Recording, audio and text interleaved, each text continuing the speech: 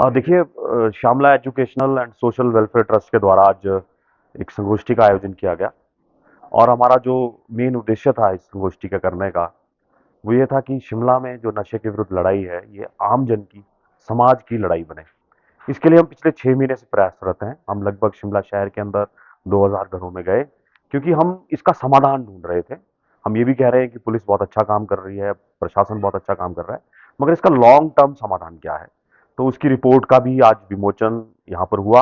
इस रिपोर्ट को हम आने वाले समय में प्रदेश सरकार को भी सौंपेंगे, जो हमारे म्युनिसिपल कॉर्पोरेशन शिमला के मेयर हैं उनको भी सौंपेंगे, ताकि जो हमने इसमें चीज़ें कही हैं वो कहीं ना कहीं सरकारी लेवल पर लागू किया जा सके। और आज से हमारा ये शिमला में जो है एक ये हमारा जो आंदोलन है वो आरंभ हुआ है नशे के खिलाफ। इसमें हम आम जनमानस के साथ एक जागरूक जागरण अभियान यहाँ पर चलाएंगे। और उसके साथ साथ हमने एक बात की है कि हमारा जो शिमला का जो युवा है, उस युवा की जो शक्ति है, उसकी जो एनर्जी है, उसको कैसे चैनलाइज किया जाए। तो जब हमने लोगों से बात की तो वहां पर भी एक बात आई कि शिमला में जो है वो एक स्पोर्ट्स कल्चर क्रिएट होना चाहिए। यहाँ पर हर वार्ड में एक जिम बने, हाई एंड जिम बने, योगा मेडिटेशन की क्लासेस हों।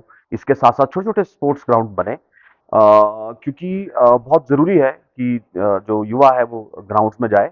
और मुझे ये कहते हुए बहुत खुशी होती है कि शिमला में पहले से ही लोग यहाँ पर कुछ छोटे छोटे काम कर रहे हैं। छोटे छोटे ग्राउंड्स उन्होंने बनाए हैं, बच्चों को वो कोचिंग करते हैं, बच्चे वहाँ खेलने के लिए आते हैं। और ऐसे हमने 9 जनों को, जो 9 महानुभाव हैं जो नशे के खिलाफ अपनी लड़ाई लड़ रहे हैं, उनको यहाँ पर सम्मानित भी किया।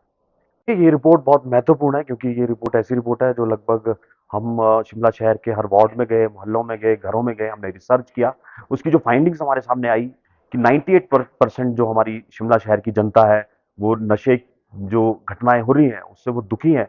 तो उसका वो समाधान चाहते हैं। तो पहला समाधान जो मुझे लगता है, जो हमारी रिपोर्ट में आया और जो हमारे यहाँ पर लोगों ने भी कहा है, कि स्कूल लेवल पर कुछ हमें बच्चों के 10वीं 11वीं 12वीं में कुछ हर 6 महीने के बाद एक उनका टेस्ट करना चाहिए। उनके ब्लड सैंपल्स हमें जो है पेरेंट्स की अनुमति से लेने चाहिए, जिससे जो छात्र है, जो स्टूडेंट है, वो अगर नशा कर रहा है तो वो सामने आएगा। नंबर 2 है कि ये स्पोर्ट्स कल्चर की बात इस रिपोर्ट में की गई है। इसमें कहा गया है कि सरकार और प्रशासन के द्वारा आज तक शिमला शहर के अंदर स्पोर्ट्स को लेकर कोई बड़ा काम नहीं किया गया। उन्होंने कहा कि यहाँ पर खेल संस्कृति बढ़े, इसके लिए यहाँ पर हर वार्ड में छोटे छोटे ग्राउंड्स, यानी badminton courts, basketball courts, 22 yard जो क्रिकेट पिच है वो वहां पर हो। वहां पर कोई म्युनिसिपल कॉर्पोरेशन के द्वारा वहां पर कोई कोच नियुक्त हो। हर वार्ड क्लासेस चले।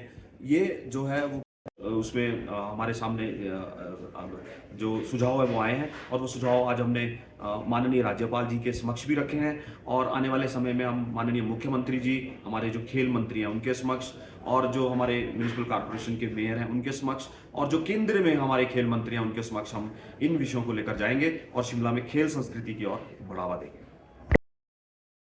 खुलेआम कहा हूँ कि हम यहाँ आए थे राज्य भवन के राज्यपाल होकर के, लेकिन जो हमको संदेश माननीय प्रधानमंत्री जी ने दिया, श्री नरेंद्र मोदी जी ने, कि वहाँ नशे के विरुद्ध काम करो, आज मैं कह सकता हूँ कि 1.5 वर्ष से वह अभियान चलाते चलाते हमारे इस अभियान के साथ जनता जुड़ गई है। तो मैं अब राजभवन का नहीं, जनता का राज्यपाल हो गया हूँ। केवल संवैधानिक पद पर ही नहीं, बल्कि जनता के बीच में जा करके राज्यपाल को कार्य करना चाहिए, वो मैं कर रहा हूँ। सड़क मार्ग से जाता हूँ, जनता के बीच जाता हूँ, गाँव की तरफ जाता हूँ, और यह अभियान हम चलाते रहेंगे जब तक हिमाचल नशा मुक्त नहीं हो।